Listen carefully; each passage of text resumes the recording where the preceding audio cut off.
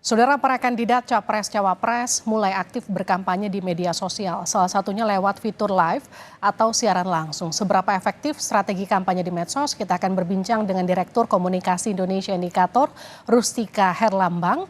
Mbak Rustika, selamat malam.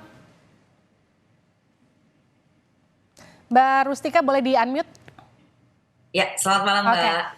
Sudah terdengar, selamat malam. Kita juga akan sapa pakar komunikasi politik Gun-Gun Herianto. Selamat malam Pak Gun-Gun.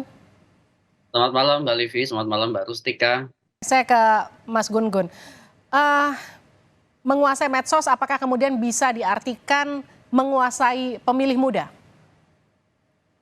Iya, tidak jumping conclusion, tidak penyimpulan yang melompat bahwa sosial media itu berperan, iya. Tetapi konsep dalam kampanye selalu connected media.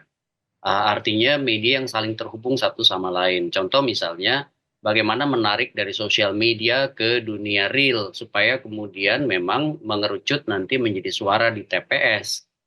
Kan salah satu alat persuasi ya media sosial untuk anak-anak muda karena 56% pemilih itu adalah ada di gen milenial dan Gen Z, maka wajar kalau digital native itu persuasi lewat ruang digital.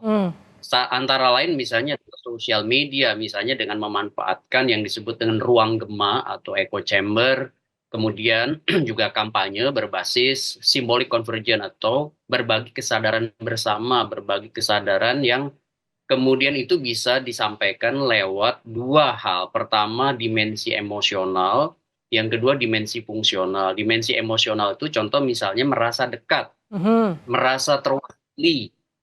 Misalnya pada saat mereka live ya Mbak Livi, kita bisa lihat bagaimana misalnya curhatan mereka itu didengar, kemudian ditanggapi, sehingga kemudian ada yang disebut dengan proses pertautan emosi di antara calon pemilih dengan kandidat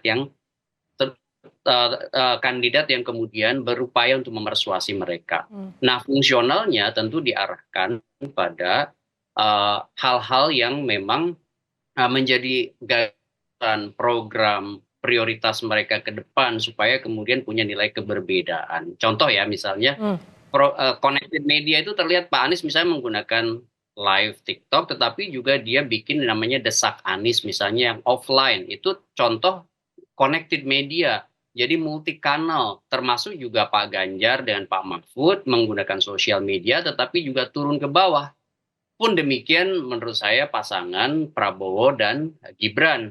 Kalau misalnya hanya memanfaatkan sosial media tentu bisa bubble ya, bisa gelembung gitu ya. Kalau kemudian tidak hati-hati, ramai di sosial media belum tentu bisa dikonversikan menjadi suara real di TPS. Itu yang kemudian jadi pertanyaan saya selanjutnya. Bagaimana mengkonversi dukungan yang ada di media sosial menjadi dukungan di TPS? Karena kalau tadi Mbak Rustika katakan ini kan memang zamannya media sosial, kurang lebih seperti itu. Tapi kemudian heboh sekali di media sosial, tapi kemudian nanti ketika kita melihat suara di TPS, kok nggak seheboh dukungan di media sosialnya ya? Nah itu apa yang harus dilakukan para capres-cawapres itu untuk mendapat dukungan yang sama?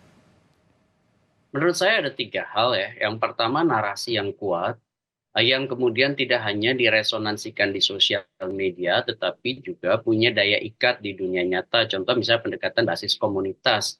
Anak-anak muda yang sudah mulai terpalingkan perhatiannya, misalnya kemudian digerakkan untuk kemudian menjadi bagian komunitas-komunitas calon pemilih yang merasa kemudian dekat, kuat, terikat, dan pada akhirnya kemudian dia punya pilihan yang tidak lagi bimbang atau swing voters, melainkan dia akan menjadi pemilih kuat, strong voters pada saat menjelang hari H. Yang pertama narasi.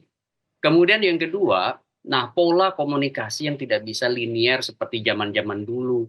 Kalau dulu mungkin ya yang namanya capres itu cukup misalnya di panggung media mainstream, TV, koran gitu dan lain sebagainya. Tapi sekarang kan harus many to many communications. Komunikasinya itu dari banyak ke banyak orang. Kemudian berbagi kesadaran bersama tadi itu menjadi hal yang paling krusial. Misalnya Pak Anies gayanya itu kan sebenarnya gaya berstruktur, dia bukan gaya egalitarian. Tapi kemudian dia mengubah gaya di sosial media menjadi jauh lebih interaktif. Misalnya live itu kan interaktif. Itu bukti bahwa berupaya untuk berbagi kesadaran bersama. Pak Prabowo pun demikian, tidak bisa dengan gayanya. Dia harus kemudian mengadop gaya digital native yang memang berisik gitu ya. Daya digital native yang memang atraktif. Nah, yang ketiga itu bagaimanapun supaya kemudian punya dampak pada apa namanya suara di hari H, maka penguasaan teritorial berdasarkan segmen itu yang disebut dalam political marketing sebagai segmenting itu penting kemudian juga dijaga hingga hari H. Kenapa? Karena kan pemilih tidak tunggal, pemilih itu beragam, termasuk digital native yang ada di gen milenial dan Oke. Gen Z itu kan beragam, tidak tunggal, sehingga kemudian pendekatan berbasis segmen di teritori-teritori tertentu itu penting Baik, diperhatikan. baik. Terima kasih Mbak Rustika, terima kasih juga Pak Gun Gun sudah bergabung bersama kami di Sapa Indonesia Malam.